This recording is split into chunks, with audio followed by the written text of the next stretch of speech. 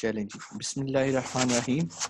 सबसे पहले हम यहाँ पर वो अमाउंट लिखेंगे जिस अमाउंट पे हमने बेचना है। फॉर एग्जांपल हमारा कंपटीटर बेच रहा है 11.49 पे, हम ज़ाहिर-सी बात है उतने पे तो नहीं बेचेंगे ना, हम थोड़ा-सा कम कर लेते हैं। हम कहते हैं जी हमने $11 की बेचनी है।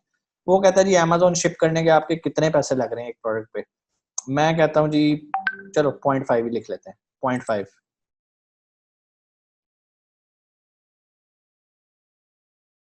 और ये भी हो गया। इसके बाद आ जाता है जी एवरेज इन्वेंटरी यूनिट्स। यहाँ पर आपने 1 लिखना है क्योंकि हम एक ही कॉस्टिंग कर रहे हैं, ठीक हो गया। कॉस्ट ऑफ द प्रोडक्ट आपने बताना है कि आपको कॉस्ट कितने की पड़ रही है। आप फॉर एग्जांपल आप अलीबाबा से ले रहे हैं तो वहाँ से आपको मिसाल दे देता हूँ $3 की पड़ रही है। आप कैलकुलेट मारेंगे। जैसे ही आप कैलकुलेट करेंगे वो आपको बता रहा है कि 1 यूनिट बेचने पे आपको $3.5 सेविंग होएगी, 30% प्रॉफिट है। इट मीन्स कि अगर आप इस अमाउंट पे सोर्स करने में कामयाब हो जाते हैं तो और आप 11 में बेचने में कामयाब हो जाते हैं तो आपका प्रॉफिट 30.45 है, जो कि एक बहुत अच्छा प्रॉफिट है, ठीक है। अब यहाँ पर आप देख रहे हैं बहुत सारी वैल्यूज पहले नहीं आ रही थी, वो अब आ गई हैं।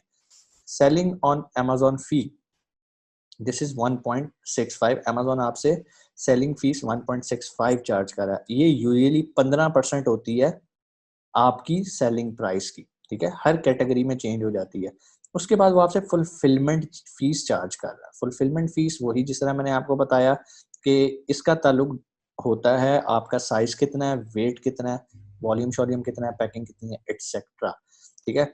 दूसरा ये है कि ये सारी चीज़ें वो ऐड ऑन करके आपको टोटल एक्सपेंस आखिर पे आपको बताता है कि भाई क्या आपने इसमें से खोया और क्या पाया।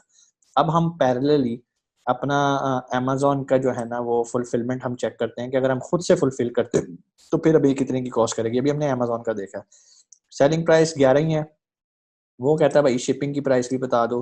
तो आप कहते हो कि फॉर एग्जांपल एक प्रोडक्ट को शिप करने के आपके $2 लग रहे हैं, मिसाल देता हूँ, ठीक है। आप नीचे आ जाते हो, सेलिंग ऑन अमेज़न फीस वो तो उसने आपसे लेनी है, ठीक है। 0.3% रेफरल फीस आ गई उसकी, ठीक है। और इसके बाद यहाँ पर आप आ रहे हैं, ये भी ज़ीरो इसलिए लिख रहा है क्योंकि यहाँ पर हमने कोई डाटा नहीं एंटर किया। आपने लेबर डालनी है। फॉर एग्जांपल अगर आप खुद कर रहे हैं तो आपने स्टाफ भी रखा होगा और आपने अपना पैकेजिंग मटेरियल भी खरीदना है जिसके अंदर पैक करके स्टॉक को भेजना है।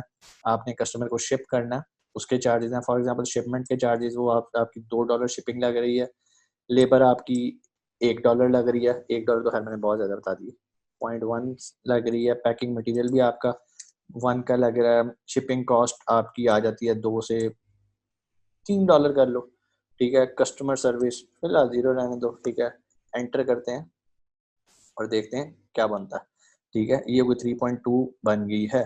उसके बाद हम इसको करेंगे कॉस्ट, ज़ाहिर बात है हमने $3 की चाइना से खरीदी है और दोनों वैल्यू सेम रहेंगी। कैलकुलेट मारते हैं, देखते हैं क्या बनता है। तो आप देखते हैं कि एफडीएम के अंदर प्रॉफिट थोड़ा-सा रिलेटिवली ज़्यादा होता है, लेकिन इसमें जो ख़्वारी होती है ना, वो आप सोच भी नहीं सकते। आप कहते हो भाई ये ऊपर वाला 7% अमेज़न तू ले ले, मैं नहीं क्लेम्स को भुगता सकता क्लाइंट्स के, मैं नहीं क्लाइंट्स की ईमेल्स को रिप्लाई कर सकता, क्योंकि अगर आप नहीं करेंगे ना तो अमेज़न आपका अकाउंट सस्पेंड कर देगा।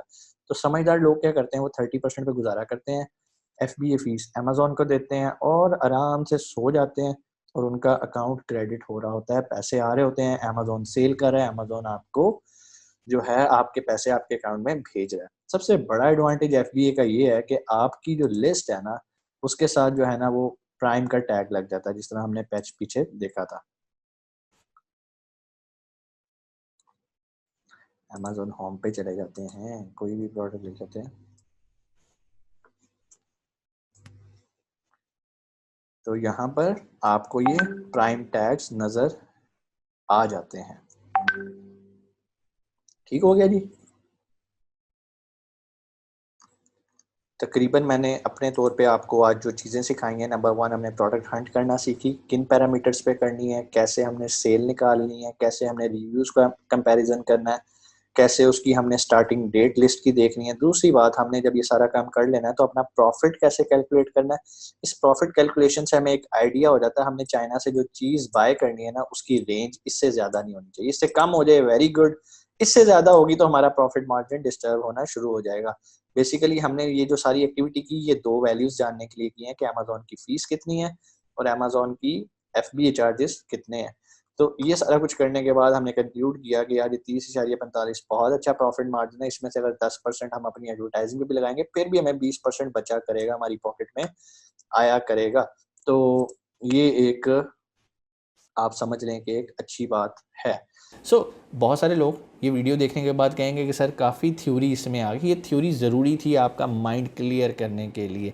बेस अच्छी बनी होगी तो इंशाल्लाह ऊपर बिल्डिंग अच्छी बनेगी। अपना बहुत सारा ख्याल रखिएगा। पाकिस्तान ज़िंदाबाद।